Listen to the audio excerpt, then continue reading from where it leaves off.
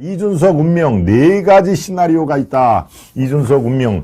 요거는 이 징계의 수위가 네 개로 구분이 되기 때문에 여러분들이 네 가지 시나리오를 충분히 예견을 할 수가 있겠습니다. 네 가지. 제일 밑에가 뭔가요? 경고지요, 경고. 그 위에는 바로 당원권 정지. 한 달 이를 수도 있고 6개월 지도를 있고, 그거는 그야말로 이제 징계위원회에서 어떻게 갈무리를 하느냐에 따라 다르죠. 세 번째는 뭡니까? 탈당 권유가 있죠. 탈당 권유. 이것은 탈당 권유가 의결이 되면 일주일 내에 탈당을 해야 되는 그런 상황입니다. 최고위 의결을 걸쳐가지고요. 네 번째는 바로 제명인 것이죠. 가장 무거운 제명. 제명은 물론 최고위원회에서 의결이 반드시 돼야 제명을 하는 거고, 최고위에서 의결을 안 해주면은 제명이 안 되는 그런 굉장히 정치인으로서는 글쎄요, 무슨 사망 선고나 다름이 없다고 표현을 해도 큰 무리가 없겠습니다. 자, 징계별 네 가지 시나리오가 지금 곳곳에서 나오고 있는데요. 한번 살펴보도록 하겠습니다. 여러분들이 상당 부분 아마 공감을 하는 내용일 겁니다. 그렇다, 나도 네 가지 중에서 어떠한 징계가 내릴 것으로 예상을 한다, 이렇게 생각을 하는데요. 바로 오늘이기 때문에 바로 이런 그 기사를 제가 소개를 해 드립니다. 말씀 중에 또 토미리스님, 역시 토미리스님, 아주 적재적소에, 적시에 또 소중한 정성을 보내주시고요. 댄스를 추는 그 이모티콘이거든요. 댄스와 행복감에 겨워서 이렇게 몸을 돌리는, 아주 참 이모티콘도 참 잘 고르십니다. 하여튼 토미니스님 대단히 감사드립니다.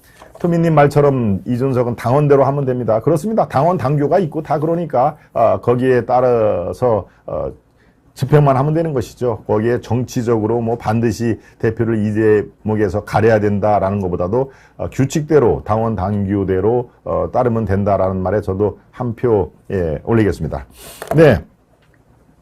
네 가지 그 시나리오를 그 징계 수위별로 얘기를 했는데요.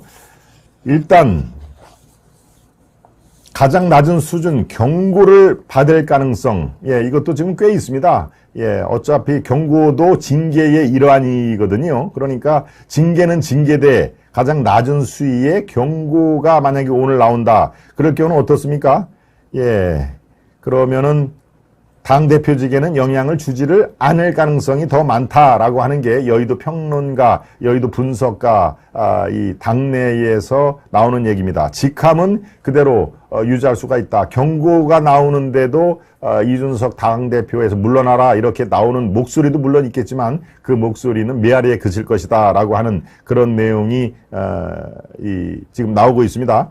성상납 의혹 관련 징계를 받는 모양새로, 그렇지만 당대표에서 리더십은 꽤 타격이 불가피하다. 이럴 때는 바로 이준석과 이제 윤핵관, 이른바 윤석열 대통령 주위에 있는 핵심 참모들 간의 힘겨루기가 이제 계속 벌어지는 것이죠. 그러면 내분과 내홍 상태가 몇 개월, 연말까지도 아마 지속이 될 겁니다. 이 가장 낮은 단계의 경고가 나오면은 이준석의 당대표는 그래도 책임을 지고 물러가라 라는 목소리는 나오겠지만 이준석이 그거를 받아들일 가능성은 별로 없는 상태이죠. 그러니까 당대표를 유지를 하되 윤핵관과 이준석의 이제 본격적인 힘겨루기가 되는 겁니다.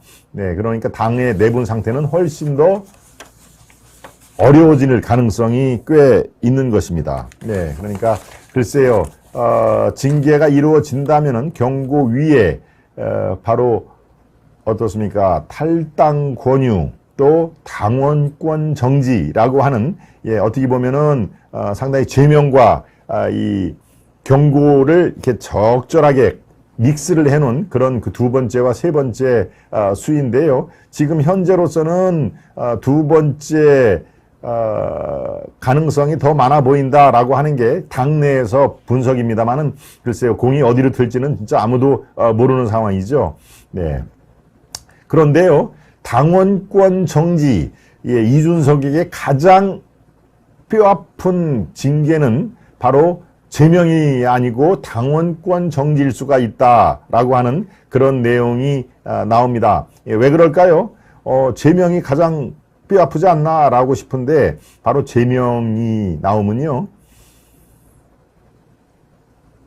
최고위원회에서 말씀을 드렸죠. 의결을 반드시 해야 됩니다. 그런데 최고위원회에 지금 8명이 구성이 되어 있는데 두 사람, 배현진을 포함해서 한 두 사람 또 세 사람 빼놓고는 나머지 반 이상이 이준석이 상당히 프렌들리하게 매일매일 최고위원회를 하다시피 하니까 그러니까 표결을 붙여도 최고위원 내에서 표결을 붙여도 이준석의 제명은 좀 심하다. 그래서 최고위원회에서 브레이크를 걸 가능성이 꽤 있습니다. 그러니까 제명이 나오면은 최고위원회에서 거부를 할 가능성이 있다는 것이죠.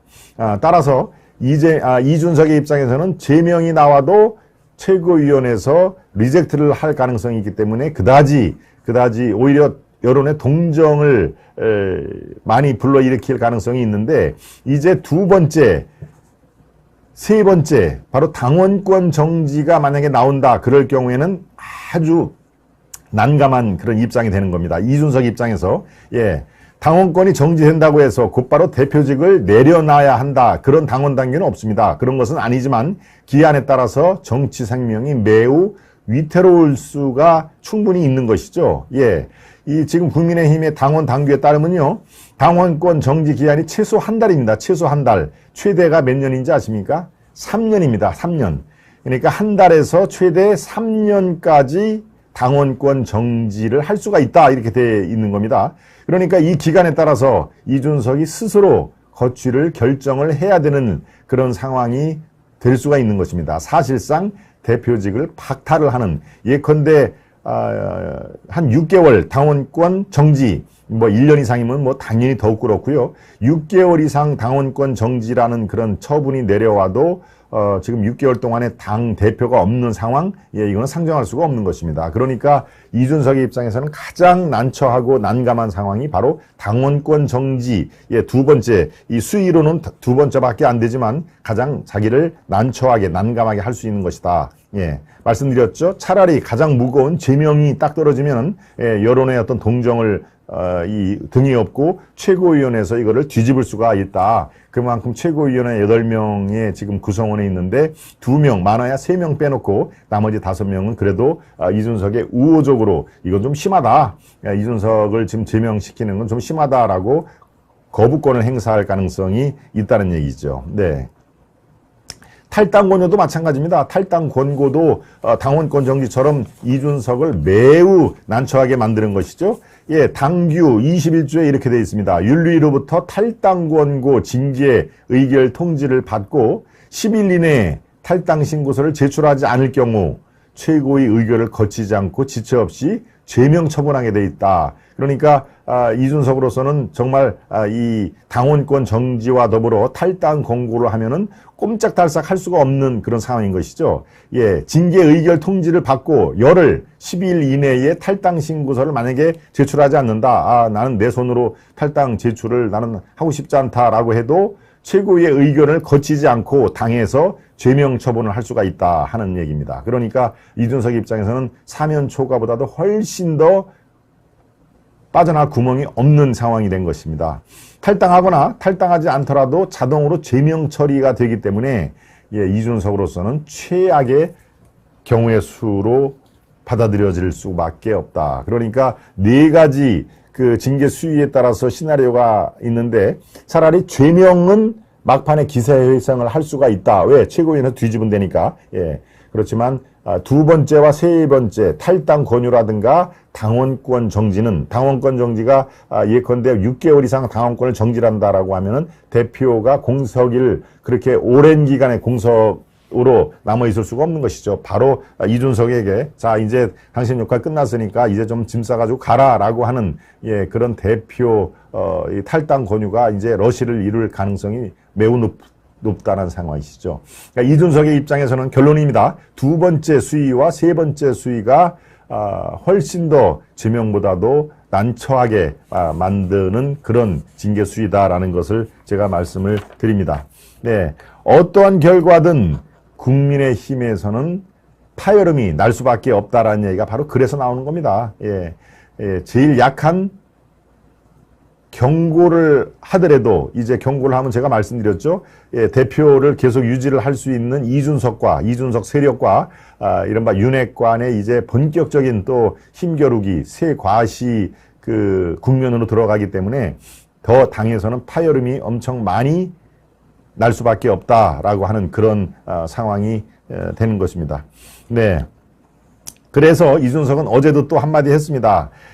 윤핵관들 이제 익명에 숨지 말고 이 대포차 정치 좀 그만해라 라고 하는 그런 내용이었죠. 예, 예, 바로 자기를 지금 코너에 몰고 대표직에서 쫓아내려고 하는 것은 바로 윤핵관들이다. 그렇지만 윤핵관들은 자기 이름은 하나도 내질 않고 이 익명 뒤에 숨어서 자기를 공격을 하고 있다.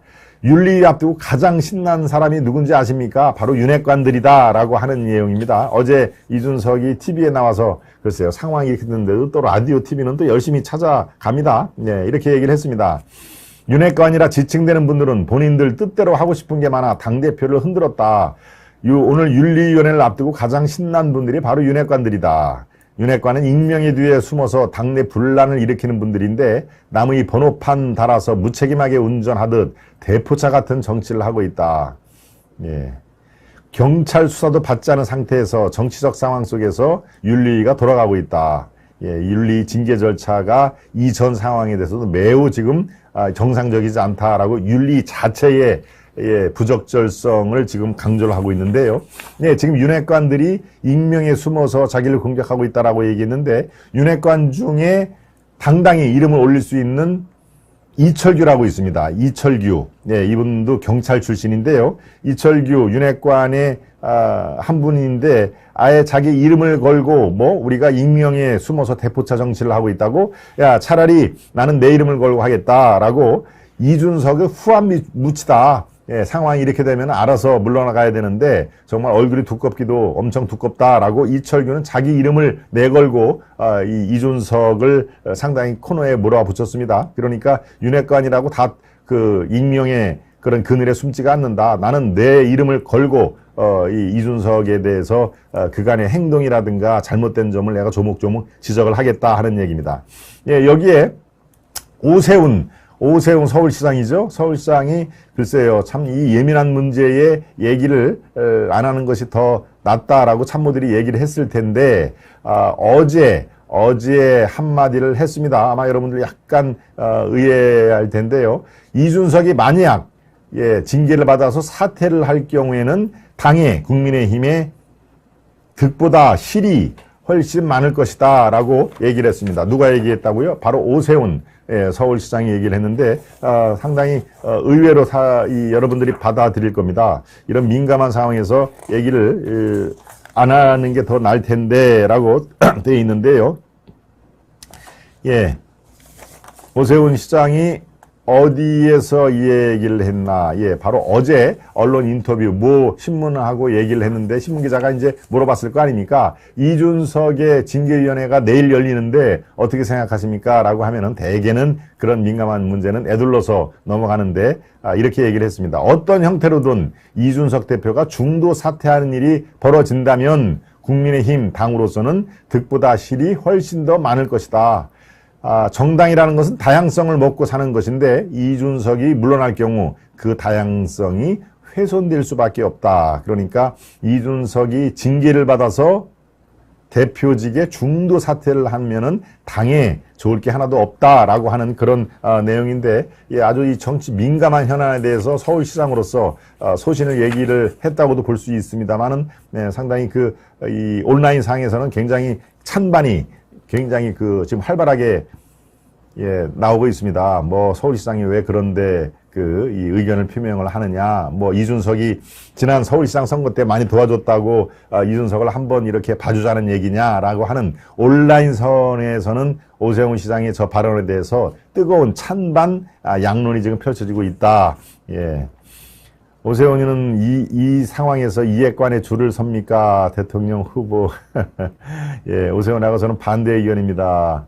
오세훈도 바미당, 바른미래당이죠. 네, 그렇군요. 민변 출신 그냥 거른다. 네, 성상납 이거하고 다양성, 당의 다양성하고 무슨 상관이람 천일TV님이 말씀하셨고요. 예, 갑자기 오세훈이 싫어졌네요. 이다운님이. 예, 지금 온라인에서 실제로 찬반 논란이 굉장히 뜨겁습니다. 예, 무슨 서울시장이 대놓고 저렇게, 이 정치 현안에 대해서 얘기를 해. 그리고, 이 이준석과 오세훈의 관계는 여러분들이 알다시피 바로 1년 전 서울시장 보궐선거 때 이준석이, 이 유세 무슨 본부장 같은 걸 해서 2030, 그때부터 2030을 휘어잡았지 않습니까? 2030을 많이 끌어들이는 역할을 했기 때문에 아마도 그거를 의식을 한 거 아닌가. 그래도 뭐 의리가 있다라고 또 보는, 여러분들이 보는 시각에 따라서 그 찬반, 그 대열에, 이 어느 편에 이렇게 그 의견을 하는지 지금 온라인 상황에서 상당히 뜨겁게 전개되고 있다라는 말씀까지 제가 드리겠습니다. 네. 오세훈 대권 노림수군요 하는 그런 시각도 있을 수가 있겠네요. 네, 충분히 저런 것은 뭐 이 10가지면 10가지 시각으로 다 볼 수가 있는 거기 때문에, 예, 제가 그래서 논란이 지금 벌어지고 있다라는 그런 차원에서 제가 소개를 해 드렸고요. 네. 해가님, 비단구두님, 왕돈이님, 애나님, 홍리치빌님, 김나영님, 만나 호두가점, 김형현님도 들어오셨네요. 송봉년님, 예, 다밤님, 서인길님, 최종우님, 이대원님, 추경길님, 네, 용주맘님, 예, 많은 우리 시청자 여러분이 지금 의견을 쭉 보내주고 계십니다. 네, 좋습니다. 우리 시청자 여러분들의 다양한 의견, 또 이것도 역시 이 방송의 다양성의 한 일환일 텐데요. 네, 좋습니다.